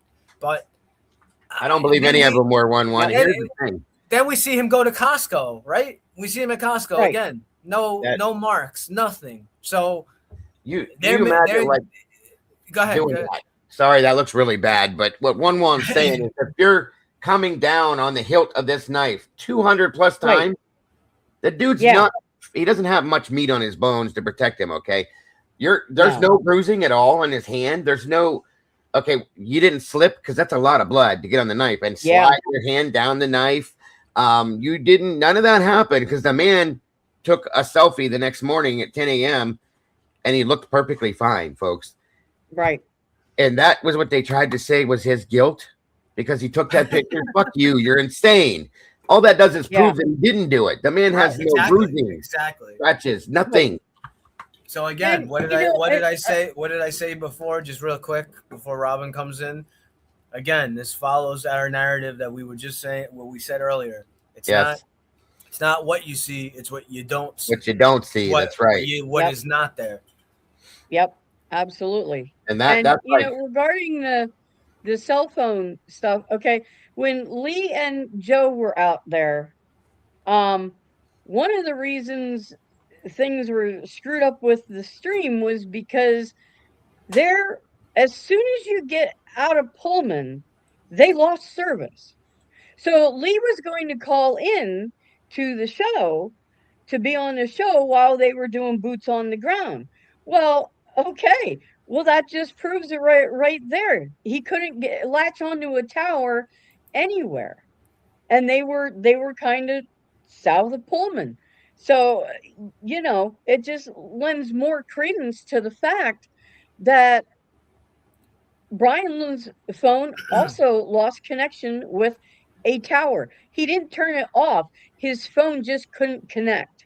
Right. So, I mean, and that's where I just love the boots on the ground stuff because that was one of the reasons they were having trouble getting in touch with us in order to get on the stream was because kept losing connectivity. Right, and that's a good point to mention. That's a good point of mentioning Lee and JJ, and I guarantee that. Right. So they're lucky that no homicide happened there because Ashley Jennings and Bill Thompson would have said that they turned their phone off. Yeah. And Cy Ray, in his document to the court, said Peter Jackson, who he has worked with many times over his career, can get those reports, essentially going through back channels to get those timing advance reports for law enforcement, for the FBI. Boyd Jackson, yes. Boyd Jackson. I'm sorry. What did I say? No. You said Peter. I was like, hold on, wait a minute. Peter. Oh, Yeah. that's an actor, isn't it? He's a director. Director. He's a director. Okay, yeah. So anyway, director. Boyd Jackson. He's he has done that for law enforcement for a long time. Can get those through back channels. So. And Hitler tried to say, Robin, you're right. And Hitler tried to sit there and say that day, there's nobody that there's no witness or not a witness, but there's nobody that can reiterate what he's saying or no. But there was. Boyd Jackson himself is the witness to it, and he wouldn't let any of that on the record, guys. There's a reason why he didn't. Nope. Yeah. Right. And that is one of the things that it makes you think, okay, all right. Could it be an operation? I mean, that is one of the things we do entertain here. We know there's there's a bunch of shit getting covered up, and Well, and yeah, I honestly think that, I mean, it would be, we would love to know. It would break the case wide open. I I think we do believe know. I think Kohlberger, either he had some kind of connection, whether he, we know he was studying for the PhD, and whether he needed some drugs or something, he somehow, either he has some kind of connection with one of these guys, either Quinn or Demetrius, or what, he has some kind of connection with one of these guys. And I bet you, I would bet anything that one of these guys probably had a knife or a knife sheath, had a knife sheath, showed it to him, like, oh, look, I got this knife or whatever. And he probably looked at it and gave it back. I could see something easily like happening like that. And now sure, they know that he touched it. But that's a whole, I also, I also have a strong belief too that the knife sheath was planted. The fact that there's no body camera recovering it, and yep, how important, how big they are about having body cameras on. And now you're walking. Why would you not have your body camera on? You're in a crime scene. Like, doesn't, very, very right. suspicious. No one's been able to get those that we Well, know Ann of. Taylor herself said, ladies and gentlemen, blah, blah, blah, blah, blah, blah, but this knife sheath was placed.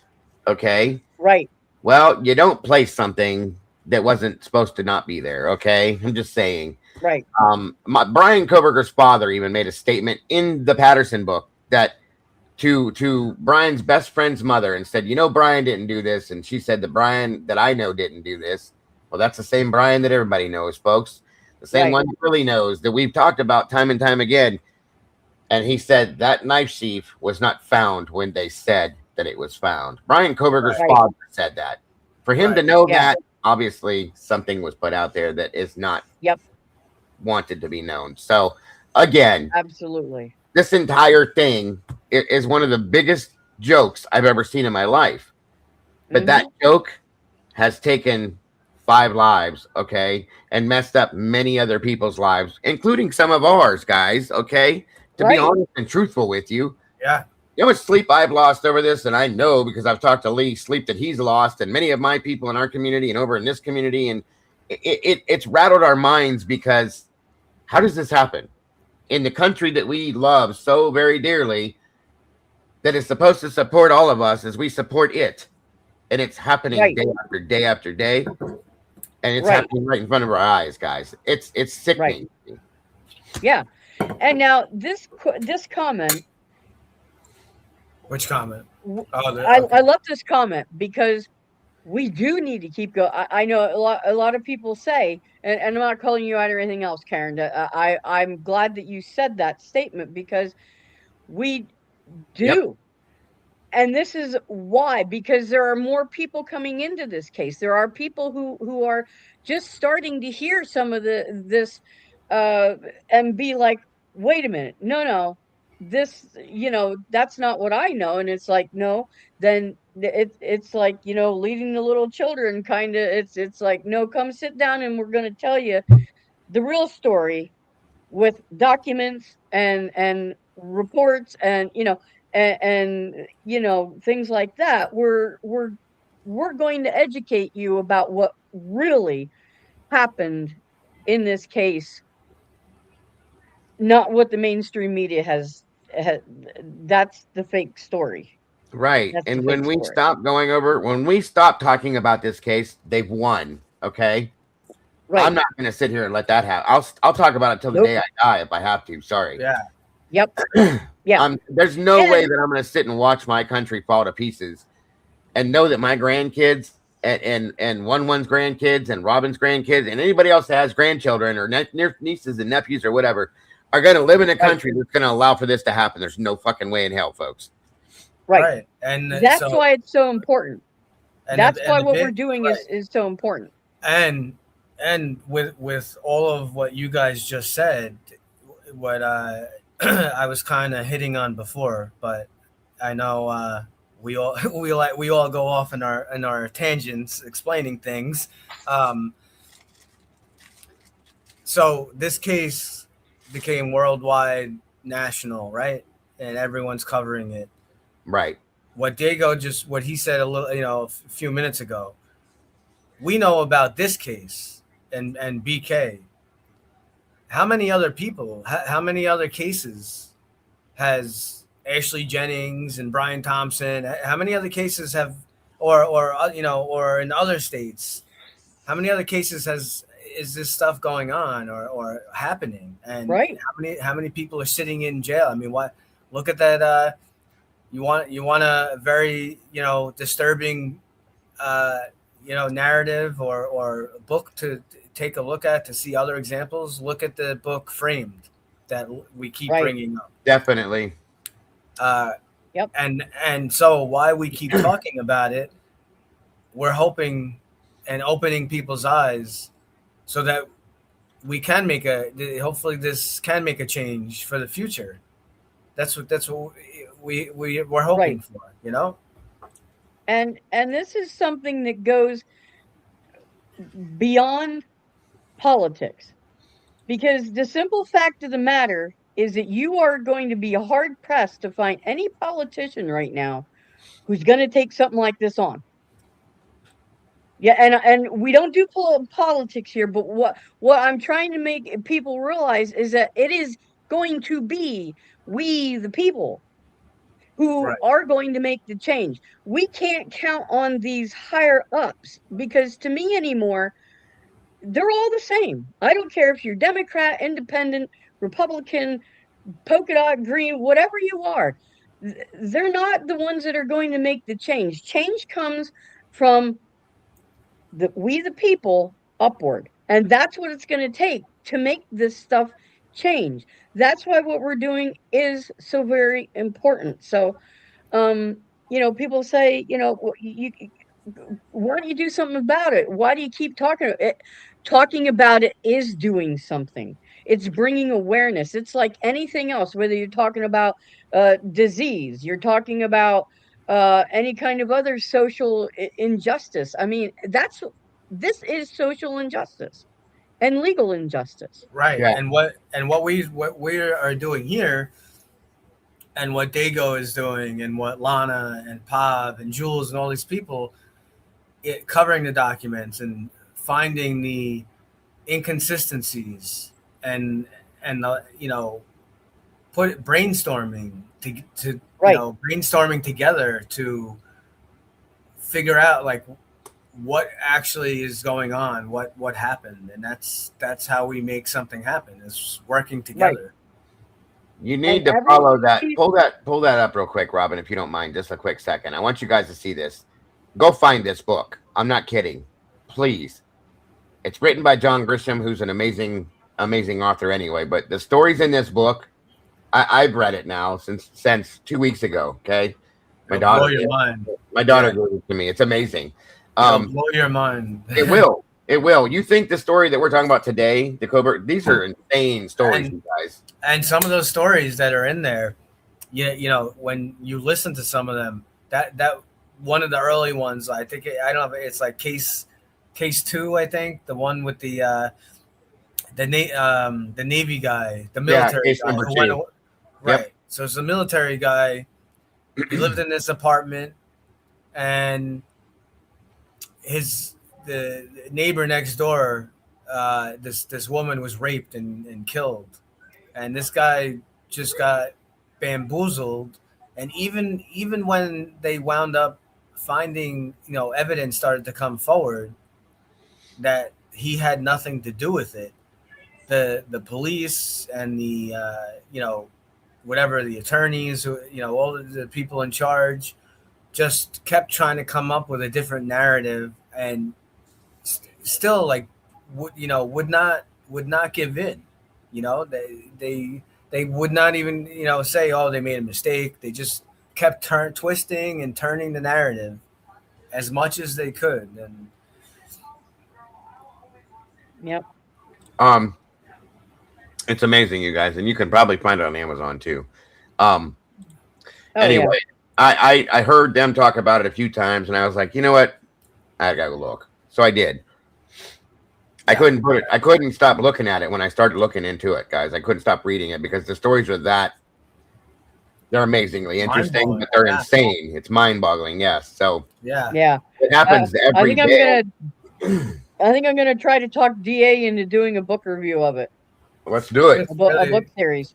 Yeah, it's really good. Because I think and you guys know him when he gets spun up about something, and I can just Yeah. I can just hear him. He presents things in a very very unique way.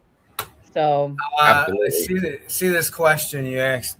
You know, do I have a channel? So, I do have a channel, but it's an old channel. When it's like a kind of a game I used to play, and I haven't done streaming or anything in a long time. So now, kind of the answer to that is not really. It's kind of like a dormant channel. So if you look up my name, you'll find I have a YouTube channel, but it's I don't cover true crime on it. I'm all invested in here in Devil's Advocates. So. And that's about what we have time for, isn't it?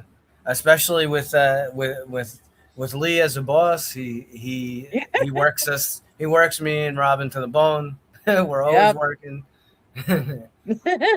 Yeah, I heard that he's a slave driver. What a guy! Oh, I'm telling you, you just. So, I told you guys.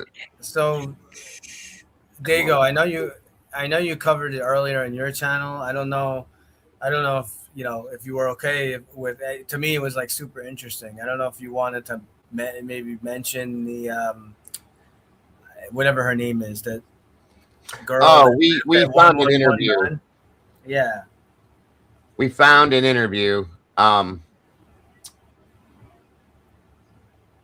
Her name is Ken's. Okay. She lived in the 1119 house, which is the house that's directly across the street from the 1112. Right. Looking down the hill there. Yes. And I'm telling you right now, some people don't like her interview. Some people are like, oh, wow, okay, this is wild. Some of the stuff she says is kind of interesting, okay? Very interesting.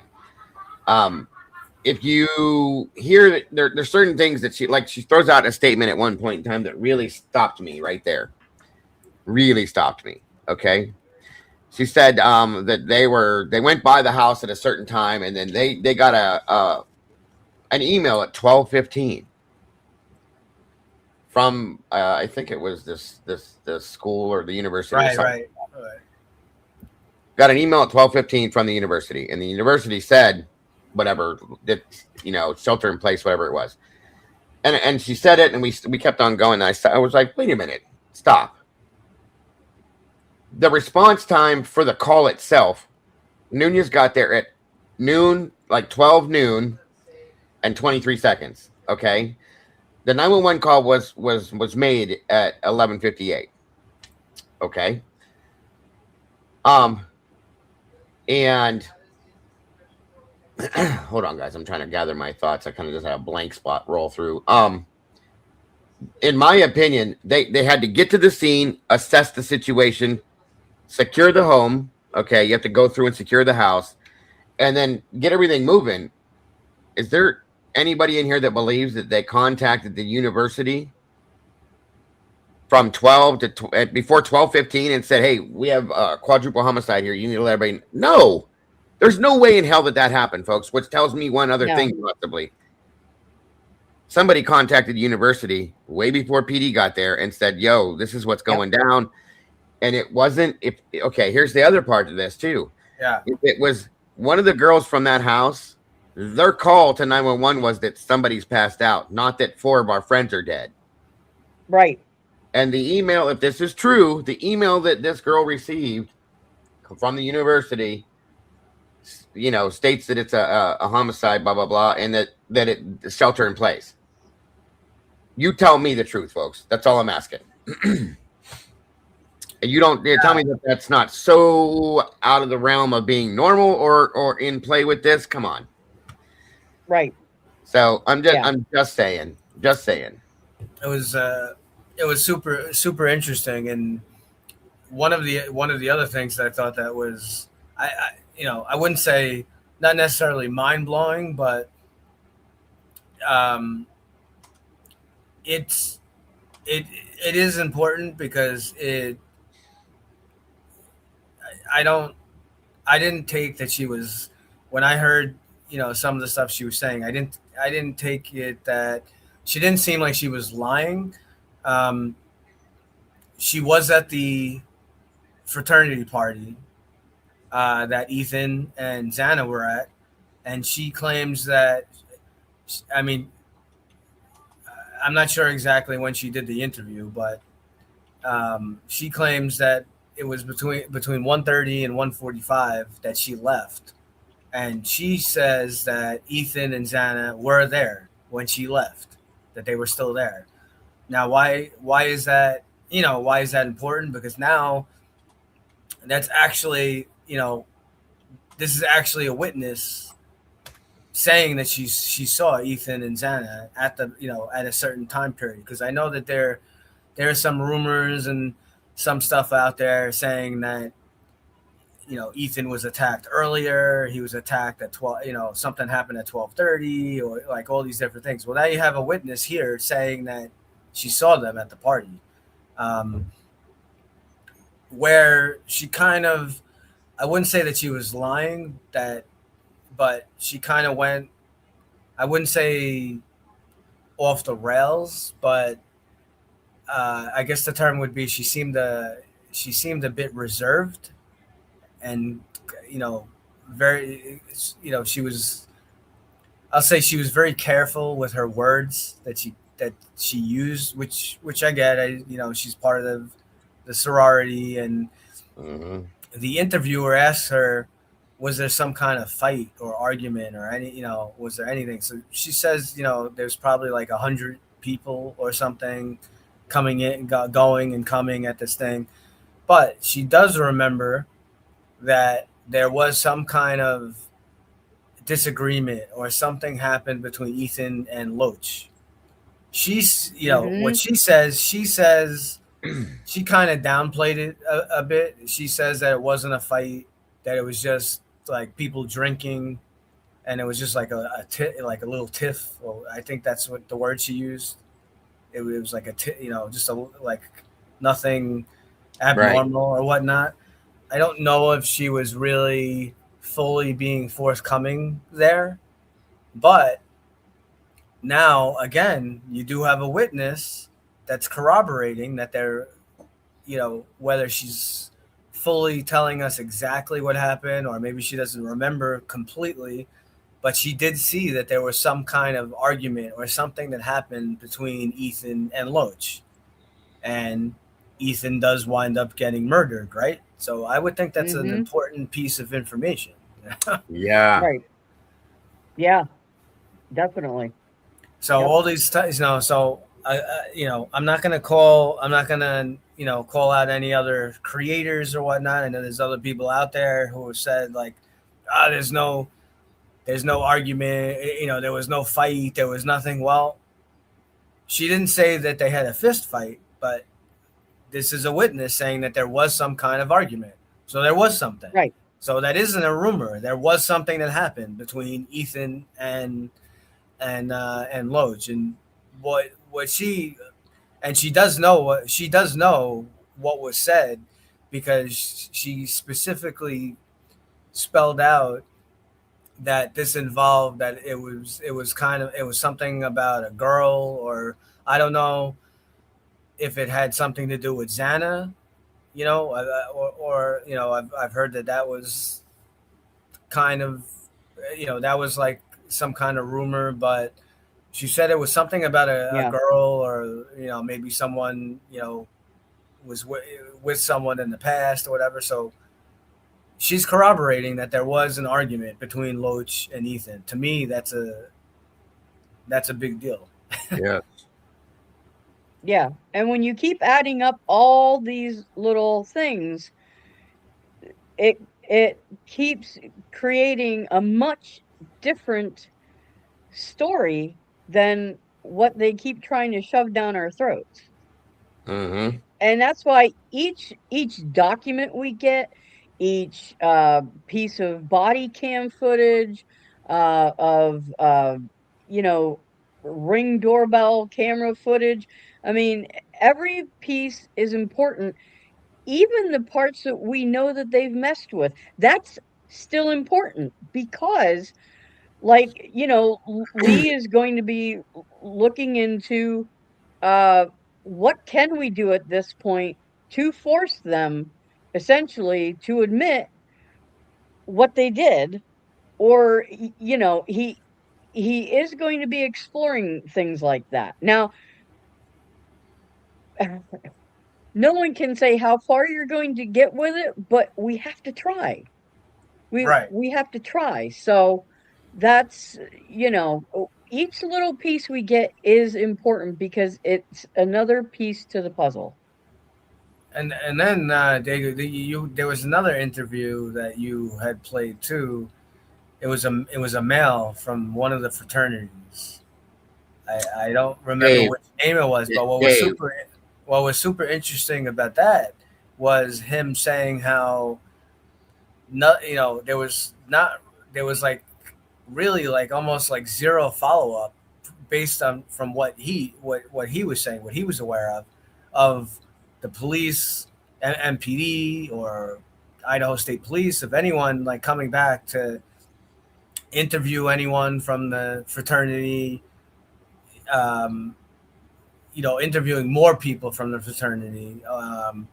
And that's the And thing is they wouldn't. That's weird. No, I'm glad you said right. that too, guys. They didn't interview anybody from Sigma Chi. You guys explain that one. and Yeah, and nor and I already knew this because we haven't seen it it hasn't come out in the documents, but they never they never interviewed anyone that was part of the Banfield stop too. And if I remember from that interview, Not that we his found. No. guy his guy his name was Dave, you said. Dave. Yeah. I believe Dave said that he was friends with one of the guys who was stopped in the Banfield stop. Yes, he said he So knew him. he had like direct contact, and there was no interview, nothing. I'm not saying that they were involved in the murders, but I would think that due to the proximity of the homicide and the time of the stop, why how could they not be interviewed? I just right. highly Yeah, like what are they doing? What is going on? And Dave, obviously, listen, guys, if you hear that, Dave's name is not Dave. He changed his name, and his voice was covered up. There's a right. reason for that, okay? If you're not afraid to come out and speak on truth, okay, why would you just not come out as whoever? If your name's really Steve and you don't sound like that, obviously, why did you have to hide who you were to speak on the situation, folks? There's something wrong with that. Right. Okay. And at that Yep. point, that should be a red flag for everybody right there. Right. Yep. And then Absolutely. the other thing that was interesting, which I'm pretty sure it's the same interview. I believe it's this guy Dave.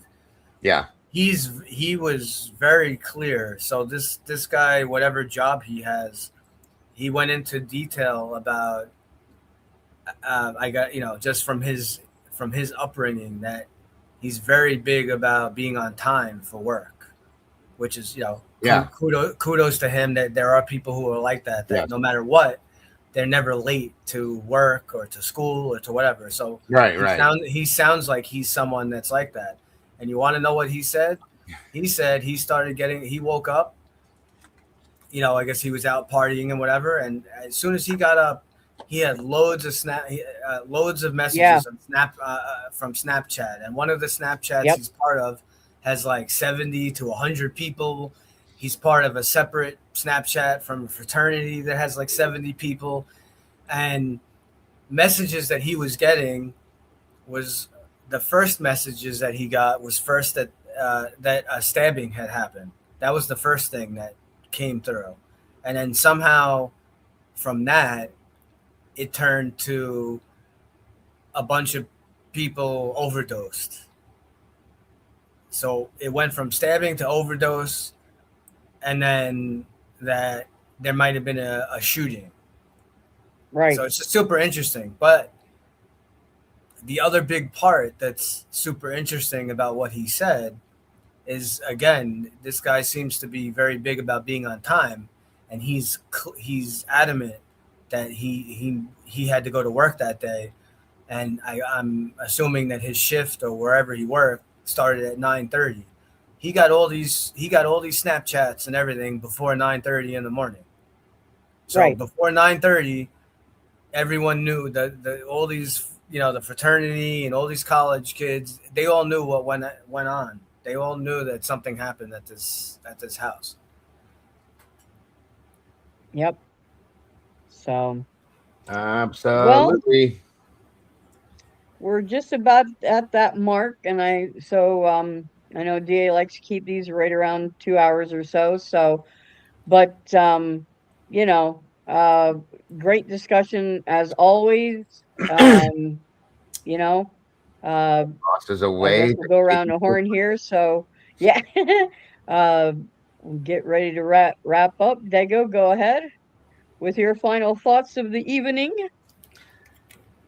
Another great conversation as always. I do appreciate everybody joining us tonight. And I know in some senses, you guys, it sounds like we're having these repeated conversations about some of the same things again and again and again and again. But